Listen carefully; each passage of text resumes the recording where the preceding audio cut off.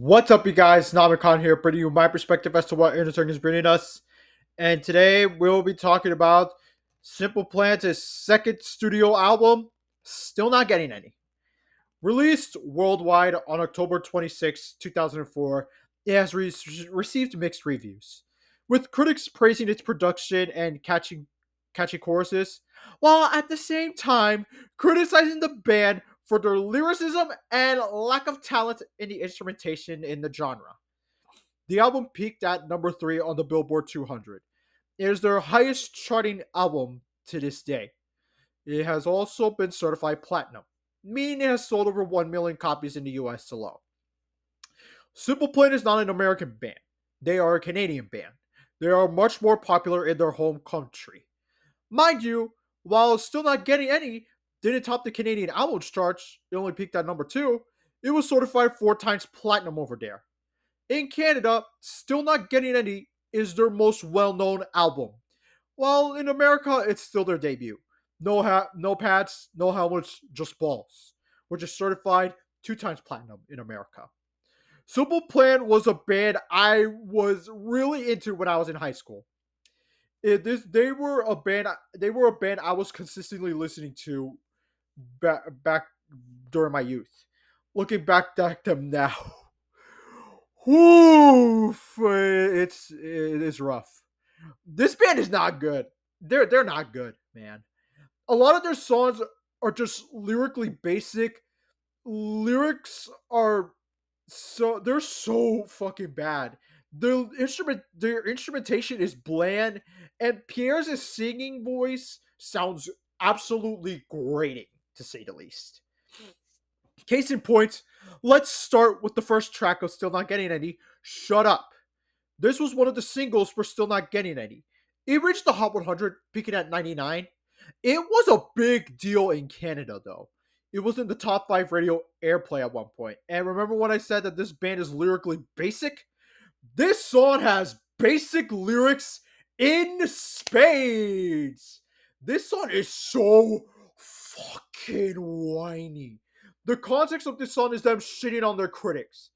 It's because the their critics were bashing them on their debut album, No Pads, No Helmets, Just Balls, because their lyrics are absolute garbage.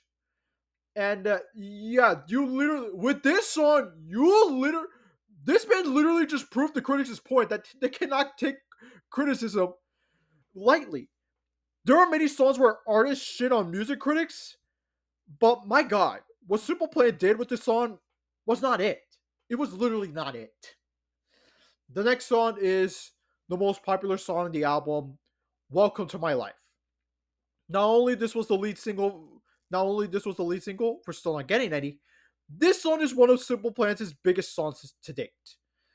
Welcome to My Life is one of the only 2 Simple Plan songs to hit in the top 40 of the Billboard Hot 100, peaking exactly at number 40. It is also 2 times platinum, making it the best-selling single to date in America. Welcome to My Life sucks. This song is about teenage angst, specifically about life becoming so frustrating to the point where kids are claiming that everyone does not understand how awful it is for them. I guess for middle schoolers and high schoolers, this song would do a lot for them. Uh, it it was never even back when I was in high school, it was never really a favorite of mine in high. It was never really a favorite of mine. But now as someone who's in their mid 20s, this song is bad, bro. This song is so bad. Also, Pierre's vocals in this song, they sound absolutely awful. It is sounds so grating and also very whiny. This is like a major criticism for this album. Pierre's has been his singing vocals. It sounds extremely whiny in this album. Both in Still Not Getting Any and No Pads, No Helmets, Just Balls. This album, there's like little to no improvements in the two. There's like this album was released 2 years after their debut. There's like no improvements. It's literally the same fucking shit, honestly. The next song is called Perfect World. This song is basically about why this world is full of shit and why is everything so hard and why is everything going not in the way without going into full detail as to why that's the case. It's another whiny and generic song made by Simple Plan. Although the production does sound more ambitious, the instrumentation does not do this song any favors, unfortunately. The next song is called Thank You. Now, I have reviewed a Simple Plan album before. It was their debut. No pads, no helmets, just balls. It was not a good album looking back, but honestly, if I were to choose which is the better of the two, I would choose no pads because at least most of the time it wasn't boring. Still not getting any at times can be boring, which for a punk album is an absolute sin. The next song is called Me Against the World. If there was a song that I would say is the best one in a bad album, this will be it. It's by far their most quote unquote aggressive song in the album. This song is about rebellion, but the problem is they did not told us what are they rebelling against. What are you rebelling against? The government? Public schools? Your parents? Adults? Bullies? No, it's Simple Plan. It's definitely not politics. Honestly, this is fine, I guess. If there was one song I would go back to from that era of Simple Plan, this would be it, and I would be okay with that. The next song is called Crazy. This was the last single for the album, and it is their most quote unquote serious song yet. It tackles societal issues, kids starving in the streets, pictures being photoshopped, and people being too busy to do other stuff. Now, that sounds like a very deep song and has the potential to be an actual great song, right? Guess what? They fucking botched it. This song sounds so generic, and the way they wrote this song is so insultingly basic, and it just agonizes me that they put interesting topics in just one sentence without giving much thought into it.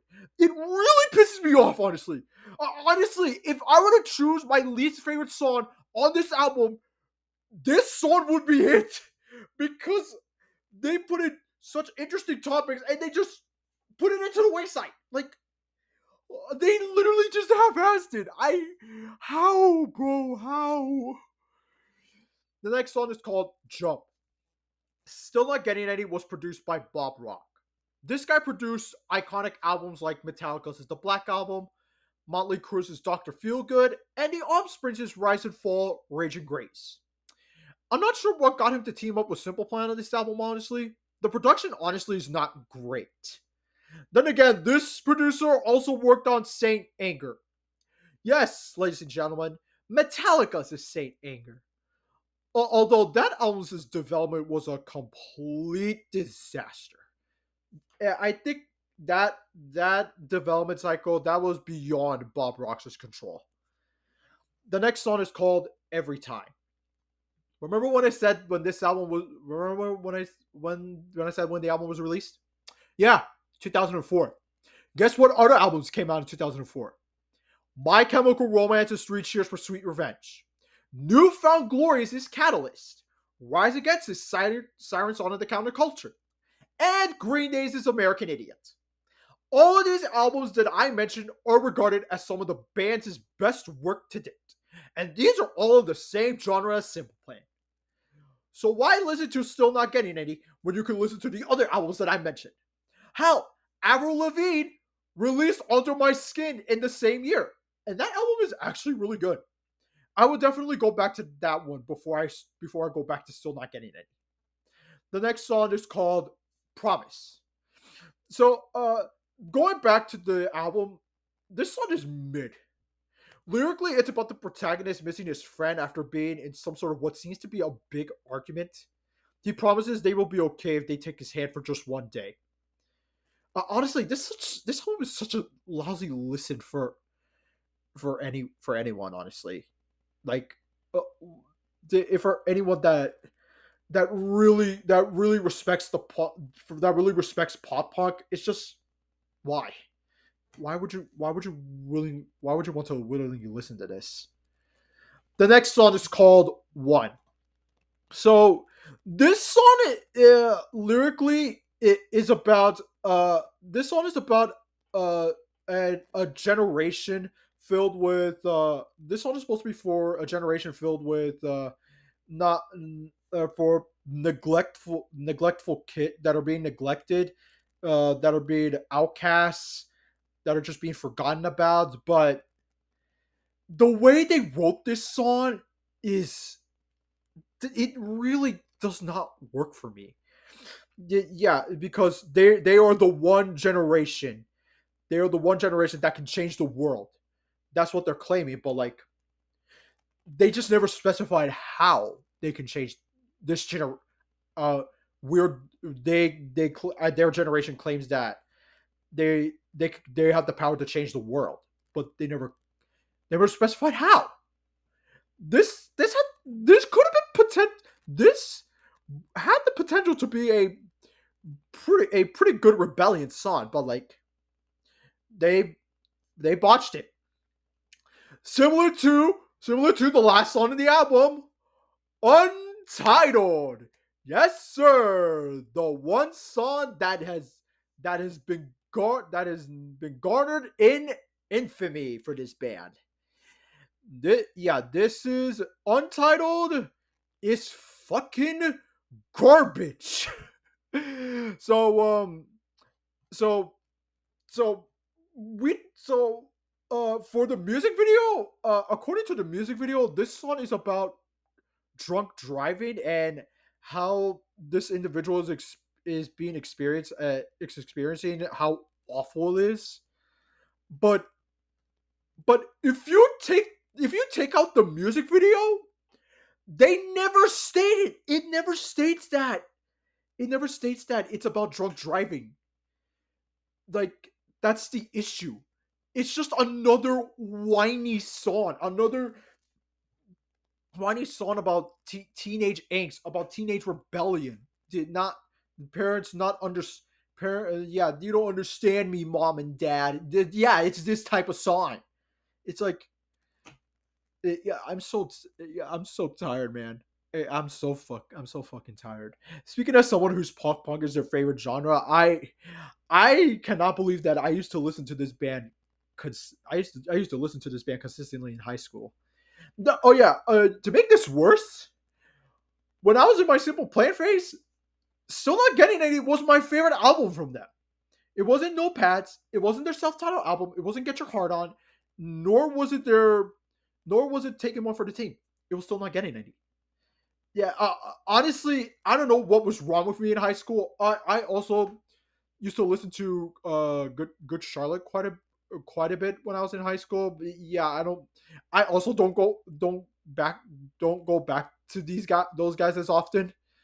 I mean, if you were to ask me who's the better band of the two, maybe Good Charlotte, slightly better, but I don't know. They both Simple Plan and Good Charlotte equally suck, honestly. So yeah, Still Not Getting Any. This song fucking sucks. This album fucking sucks, honestly. Honestly, this no, almost every single song is bad. The instrumentation is basic. Pierre sounds whiny. He sounds awful. Production is not good. Yeah, the songs are, yeah, and the lyrics literally fucking basic. They're so fucking basic, man.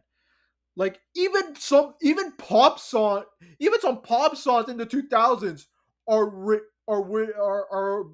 written better than what Simple Plan offered. Like, this is literally so bad. I don't know how this album managed how this album managed to sell 1 million copies. It's crazy to me. It's wild, especially since there were other pop punk albums like Green Day's American Idiot, My Chemical Romance, Three Cheers for Sweet Revenge, and New Found Glory's Catalyst. Those albums released in the same year, and those albums are considered by many to be their those bands' finest work. Yeah, so yeah, Simple Plan Still Not Getting Any. Not a good album. I don't like this album. I mean, if you guys are curious, I would put the album in the description down below if you're curious. If I were to say what was the best song on the album, I would probably say "Me Against the World" because it sounds pretty different. It sounds pretty different compared to most of the songs on the album.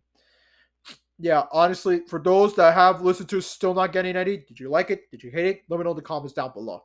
Make sure to subscribe to my channel if you haven't, and if you want to, you can also follow me on Instagram, Backlog, and Letterboxd down in the description down below.